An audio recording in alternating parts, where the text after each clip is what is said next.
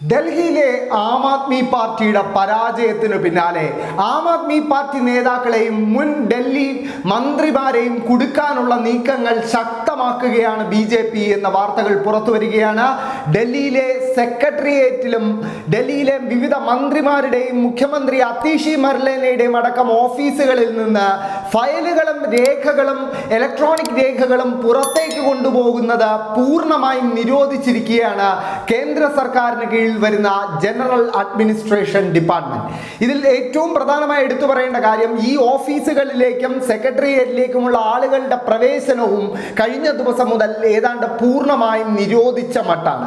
അധിക സുരക്ഷാ ഉദ്യോഗസ്ഥരെ നിയോഗിക്കുക മാത്രമല്ല, എല്ലാ നിലകളിലും CCTV സർവൈലൻസും ശക്തമാക്കിയിട്ടുണ്ട് ജനറൽ അഡ്മിനിസ്ട്രേഷൻ ഡിപ്പാർട്ട്മെന്റ്. BJPയുടെ അധികാരത്തിലേക്കുള്ള കടന്നുവരവിന് പിന്നാലെ ആം ആദ്മി പാർട്ടി നേതാക്കളെ കുരുക്കാൻ പാകത്തിലുള്ള കൂടുതൽ രേഖകൾ സമാഹരിക്കുക എന്ന ലക്ഷ്യത്തോടെയാണ് ഈ നീക്കം നടത്തുന്നതെന്നാണ് പൊതുവിൽ വിലയിരുത്തപ്പെടുന്നത്. അതിന് പ്രധാന കാരണം, പല വാളുകൾ തലയ്ക്ക് മുകളിൽ തൂങ്ങിക്കിടപ്പുണ്ട് അരവിന്ദ് കെജ്രിവാളിന്റെയും ആം ആദ്മി പാർട്ടിയുടെയും മുകളിൽ. അതിൽ ഏറ്റവും പ്രധാനപ്പെട്ട ഒരു അഴിമതി കേസ് എന്ന് പറയുന്നത് ഡൽഹി മദ്യനയ അഴിമതി കേസാണ്. ഈ തെരഞ്ഞെടുപ്പിന് മുന്നോടിയായും ഡൽഹി മദ്യനയ അഴിമതി കേസിൽ ഒരു നിർണായകമായ വെളിപ്പെടുത്തൽ വന്നിരുന്നു.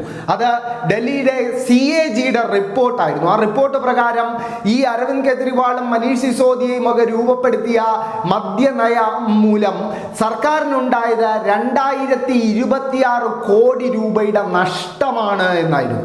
ആ റിപ്പോർട്ടും അത് ഉണ്ടാക്കിയ ഓളങ്ങളും തെരഞ്ഞെടുപ്പിൽ വ്യക്തമായി പ്രതിഫലിച്ചു എന്ന് തെളിയിക്കുന്ന ഒരു തെരഞ്ഞെടുപ്പ് ഫലമാണ് ഇപ്പോൾ പുറത്തു വന്നിരിക്കുന്നത്. തെരഞ്ഞെടുപ്പ് ഫലം പൂർണ്ണമായും പുറത്തു വരുമ്പോൾ BJP 48 സീറ്റിലും ആം ആദ്മി പാർട്ടി 22 സീറ്റിലുമാണ് വിജയിച്ചത്. ആം ആദ്മി പാർട്ടിയെ സംബന്ധിച്ചിടത്തോളം കഴിഞ്ഞ തവണ 62 സീറ്റ് നേടിയാണ് അവർ രണ്ടാം ഊഴം വിജയിക്കുന്നത്. പക്ഷേ ഇത്തവണ അവർക്ക് കാലിടറുന്ന കാഴ്ച. ഏറ്റവും പ്രധാനമായി കോൺഗ്രസിന്റെ ഒരു ശക്തമായ മത്സരം. കോൺഗ്രസ് വെറും 2% വോട്ട് മാത്രമാണ് വർദ്ധിപ്പിച്ചതെങ്കിലും അത് പല നിർണായക മണ്ഡലങ്ങളിലും ആം ആദ്മി പാർട്ടിയുടെ പരാജയത്തിന് കാരണമായി എന്ന് വ്യക്തമാക്കുന്ന ഒരു ഫലമാണ് ഇപ്പോൾ പുറത്തു വന്നിരിക്കുന്നത്.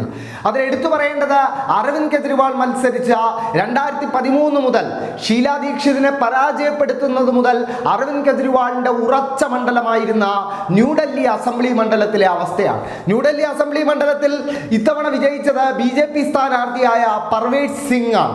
അദ്ദേഹത്തിന് 4089 വോട്ടിന്റെ ഭൂരിപക്ഷമാണ് ആകെ ഉള്ളത്.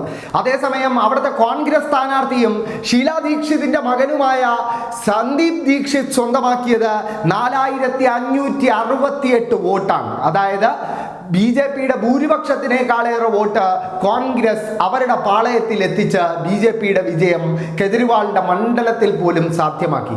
മനീഷ് സിസോദിയ പരാജയപ്പെട്ട ജഗൻപുരയിലും സമാനമാണ് അവസ്ഥ. കോൺഗ്രസ് നേടിയ വോട്ട് BJPയുടെ ഭൂരിപക്ഷത്തിന്റെ 3 ഇരട്ടിയോളം വരും ജഗൻപുരയിൽ.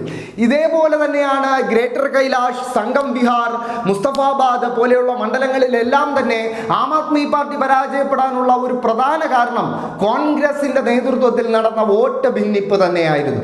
ഏതാനും ചില മണ്ഡലങ്ങളിൽ അസദുദ്ദീൻ ഒവൈസിയുടെ AMIM എന്നൊരു പാർട്ടി വോട്ട് ഭിന്നിപ്പിച്ചതൊഴിച്ചാൽ 12ഓളം മണ്ഡലങ്ങളിലെ ആം ആദ്മി പാർട്ടിയുടെ പരാജയത്തിന് കാരണം കോൺഗ്രസ് തന്നെയായിരുന്നു. ഇതിനു പുറമെ കോൺഗ്രസ് തന്നെ ഇക്കഴിഞ്ഞ തെരഞ്ഞെടുപ്പ് വേളയിൽ ആം ആദ്മി പാർട്ടിക്കെതിരെ ഉന്നയിച്ച നിരവധി അഴിമതി ആരോപണങ്ങൾ ഇപ്പോഴും നിലനിൽക്കുന്നുണ്ട്.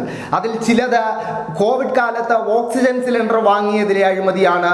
അതിനു പുറമെ സർക്കാർ വകുപ്പിലേക്ക് മരുന്നുകൾ വാങ്ങിച്ചതിൽ അഴിമതിയുണ്ട് എന്നൊരു ആരോപണം കോൺഗ്രസ് ഉന്നയിച്ചിരുന്നു. ഇതിനെല്ലാം പുറമെ യഥാർത്ഥത്തിൽ മദ്യനയ അഴിമതി കേസ് ആദ്യം ഉയർത്തിക്കൊണ്ടുവന്ന് പ്രക്ഷോഭം ആരംഭിക്കുന്നത് തന്നെ കോൺഗ്രസ് ആയിരുന്നു.